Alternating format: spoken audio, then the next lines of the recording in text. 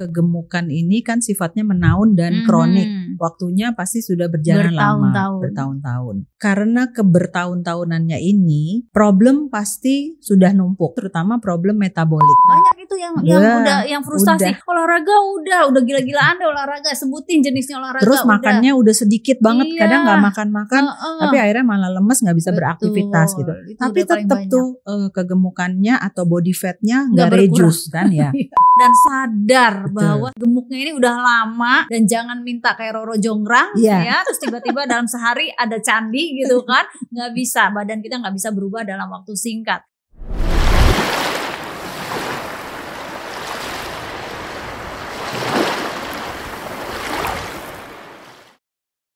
Halo, ketemu lagi dengan saya Dr. Grace di Dr. House Clinic, The Lifestyle Clinic. Oke. Ya, sore ini kita ketemu lagi yang kedua kali ya. Semoga nggak bosan dengan Dr. Penny. Hai Dok, gimana? Hujan-hujanan tadi sampai sini? Lah ya, cuacanya ini banget. Iya, ini cuaca lagi berantakan. Oke. Kita kemarin udah ngebahas ya kira-kira apa sih yang bikin seseorang itu gemuk. Jadi kita juga jadi paham. Nah, setelah kita dapet pencerahan nih kira-kira gemuk karena apa, mereka juga kayaknya sudah mulai menerima. Fine, saya gemuk dan gemuknya udah bertahun-tahun gitu. Tapi terus gimana? Harus bagaimana? Apa sih yang mesti saya lakukan? Nah, kalau yang mau kita share sekarang ini bukan metode-metode ajaib. Bener ya Dok ya? Yang realistis aja jadi real ya. Kenapa kok dibilang real? Karena kalau yang ajaib-ajaib tuh pakai obat-obat yang aneh-aneh dan yang instan itu kita nggak mainan yang gitu ya.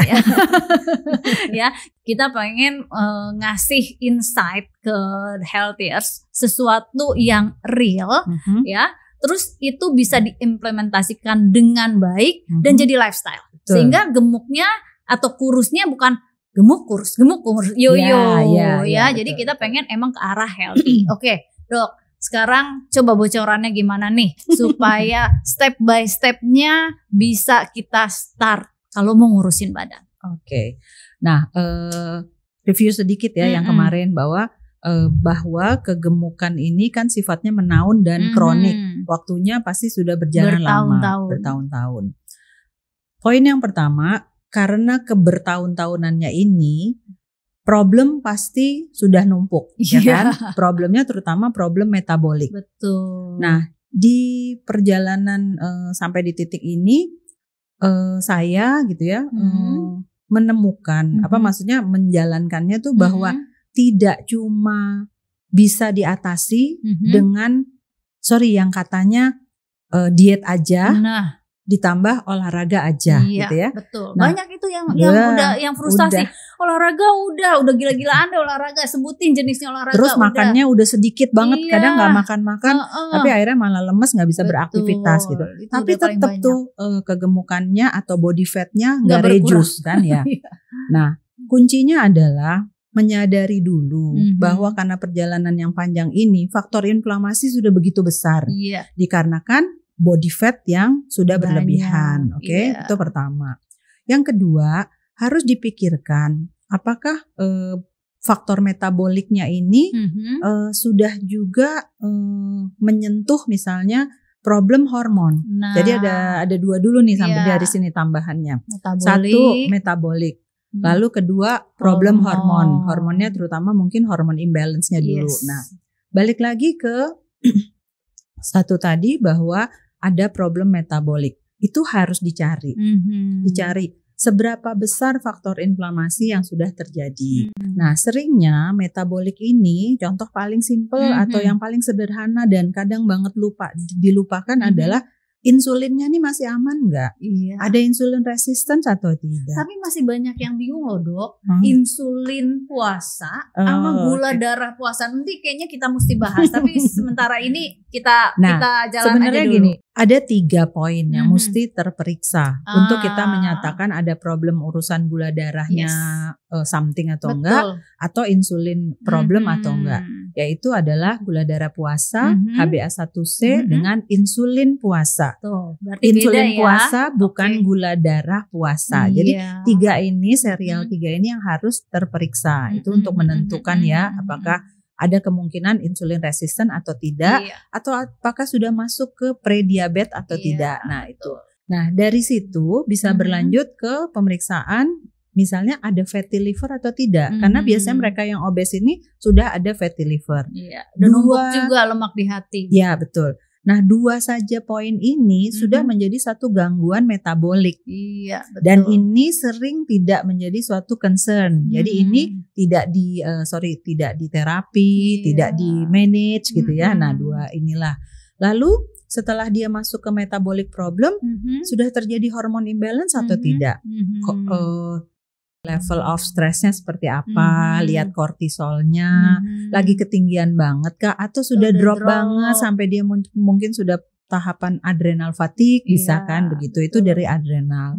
Lalu kedua dari tiroidnya, si mesinnya nih gimana nih yang pemacu metabolismenya itu dia dari mana, ada problem atau enggak? Kita harus cek tiroid, apakah ada low and slow atau ada inaktif tiroid. Karena mau melakukan aktivitas apapun, kalau tiroidnya ini enggak jadi concern, enggak akan ada yang di burn gitu loh. Jadi ada 4 nih, kita udah punya ada 4. Satu adalah diet, aturan makan. Yang kedua exercise. Just exercise harus dipikirkan bahwa dia bukan menurunkan berat badan, tetapi dia harus cutting off, dia punya body fat percentage. Lemaknya. Betul. Yang ketiga adalah gangguan metabolik. Dari mulai insulin resisten, prediabetes atau enggak, fatty livernya sudah terjadi atau belum gitu ya. Lalu masuk ke yang keempat adalah hormon imbalance. Tiroidnya gimana, kortisol problemnya ada atau enggak, adrenal fatigue sudah terjadi atau belum. Nah, dari 4 titik ini saja kita sebenarnya sudah bisa menemukan ya, pengalaman saya sih di perjalanan dengan menjalankan 4 lining ini secara bersamaan, itu sudah bisa sedikit mengatasi body fat problem body fat eksesifnya, which is itu obesity problem ya. Betul. Jadi intinya kalau obes atau kegemukan yang sudah menahun ya, jangan putus asa. Cuman ngandelin diet dan olahraga nggak akan menyelesaikan masalah. Betul, ya dok, dicari dulu pokoknya faktor-faktor yang menyertainya. Gitu ya. Jadi metabolismenya juga mesti dibenerin, hormonal imbalance-nya mesti dibenerin gitu ya. Jadi 4 poin yang dari Dokter Penny itu bisa dikerjakan sekaligus ya dok. Betul, itu mesti lining. Karena gini, no single bullet ya, kalau udah punya problem kayak begini udah nggak bisa cuman sebiji nih pelurunya, mesti banyak. Nah itu mesti kita jalanin secara bersamaan, which is nanti dievaluasi lagi oleh dokter yang pegang pasiennya ini untuk lihat seberapa faktor yang lebih besarnya. Dietnya punya pengaruh besar atau enggak, olahraganya punya pengaruh besar apa enggak, begitu juga yang lain, metabolic problem atau hormonnya bagaimana. Nah seringnya juga yang mendominasi itu akhirnya sudah didominasi oleh hormonal problem gitu ya. Apalagi kalau tambah tua. Kita nggak boleh ngomong tua. Tambah matang ya. Jadi kalau ketika umur kita beranjak senior, ya. Jadi kalau ketika kita sudah mulai senior ya, sudah tidak bisa mengabaikan adanya gangguan hormon pastinya. Karena itu udah sesuatu yang natural, ketika kita makin berumur hormon kita juga mulai turun ya dok ya. Betul jadi banget. Jadi kita bilangnya malah nanti ke arah hormonal weight gain. Ya jadi nggak bisa hanya ngandelin diet, nggak bisa hanya ngandelin olahraga. Yang ada olahraga dan diet gila-gilaan malah hormon stresnya terganggu. Betul ya dok ya. Oke, nah dari apa yang dipaparin Dokter Penny tadi, aku mau tanya conclusionnya biar gampang diingat dan digarisbawahin, mau mulai dari mana dan apa aja. Kita tanya lagi sama Dokter Penny. Gimana dok? Jadi gini, dari 4 langkah tadi, misalkan dengan diet, yang pertama kali kita mesti kerjakan untuk dietnya, paling simple banget dan nggak perlu banyak toolsnya segala macam adalah coba lakukan intermittent fasting. Setuju. Starting di 12 simple jam aja ya? Di 12 gitu ya. Kalau misalkan 2 minggu sudah lakukan 12 jam, naik ke 14, naik ke 16. Itu paling simple. Itu paling simple. Dengan misalnya juga tidak terlalu banyak memikirkan ketika dia windownya itu mau makan apa aja, bisa makan apa saja dulu untuk step yang belajar loh ya, maksudnya untuk stepping pertama kita melakukan itu. Nanti kalau misalkan udah jago banget nih atau badannya sudah terbiasa, baru kita bisa cutting off karbohidrat ya, karbohidrat lalu simple sugar atau kalau level yang lebih tinggi lagi all sugar, pokoknya semua bentuk yang something yang manis itu enggak dulu ya, itu tidak dulu. Nah itu diet yang paling gampang. Lalu yang kedua adalah misalkan kita mau masuk ke insulin, manajemen insulin resistance seperti apa. Nah insulin resistance biasanya sangat terbantu jika kita sudah melakukan intermittent fasting dan cutting off kita punya carb ya. Nah dibantu exercise. Nah exercise itu harus dikombinasi antara kardio dengan yang pakai weight training ya, resistance weight training ya. Kenapa? Karena begitu masa lemaknya hilang, kadang-kadang masa otot juga bukan nggak mungkin ikutan. Nah sekarang masa otot harus ikut dibangun juga. Jadi terus kalau misalkan mesti yang olahraga nge-gym atau yang gini, enggak sebenarnya kan di banyak aplikasi-aplikasi yang udah ada contoh-contoh body weight training aja. Kita sendiri, badan kita sendiri squat, ya betul. Ya, jadi yang atau bisa. Yang itu di dinding lah itu banyak kok up, ya betul itu banyak, juga masih banyak. Nah dengan cara-cara olahraga yang simple atau memulai dulu. Yang penting ini adalah kuncinya adalah mulai. Gak usah pakai target macam-macam, tapi yang penting mulai. Itu dari mulai diet tadi kan udah disebutkan, lalu kemudian exercise, lalu manajemen untuk insulin resistennya ya. Dengan itu bisa kebantu insulin resistennya. Yang kedua mungkin memang harus butuh bantuan dokter atau practitioner yang memang bisa mengatasi di hormon imbalance-nya, karena itu mau nggak mau harus memang lewat petunjuk dari practitioner-nya gitu ya. Membalance hormon juga nggak mudah, nggak gampang ya.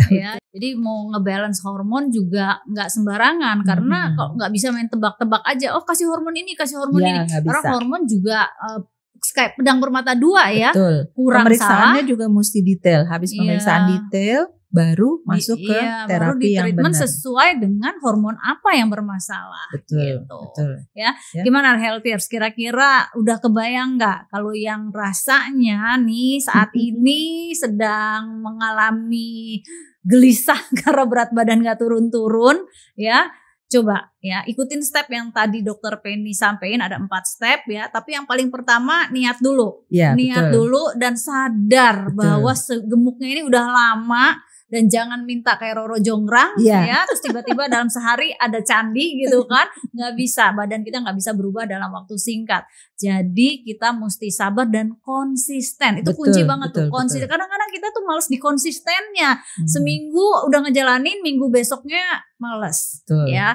Tapi kalau kita udah niat rasanya sih mudah-mudahan bisa ya dok ya. Sama itu bukan satu problem yang tidak bisa diatasi, cuma mungkin kuncinya belum menemukan jalan atau caranya. Nah, itu gunanya mereka yang berkompetensi atau para practitioner yang betul. Butuh banget orang yang nge-guidance atau selalu memberi semangat atau mengingatkan. Nah, itu perlu banget. Harus gitu ada loh. yang ngedampingin juga kayaknya. Betul. Jadi kalau semangatnya lagi turun, betul.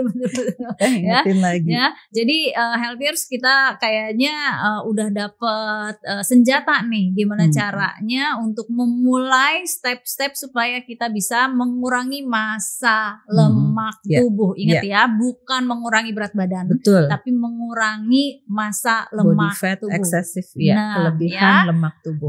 Oke, mudah-mudahan ini yang kita sampaikan sore ini, saya dan Dokter Penny bisa ngebantuin Healthiers semua yang gabut karena gemuk ya. Mudah-mudahan semuanya bisa semangat. Yang tadinya udah mulai frustasi, habis dengerin kita semangat lagi. Oke? Terima kasih semuanya. Saya dan Dr. Penny akan ketemu lagi nanti di Dr. House Clinic, The Lifestyle Clinic.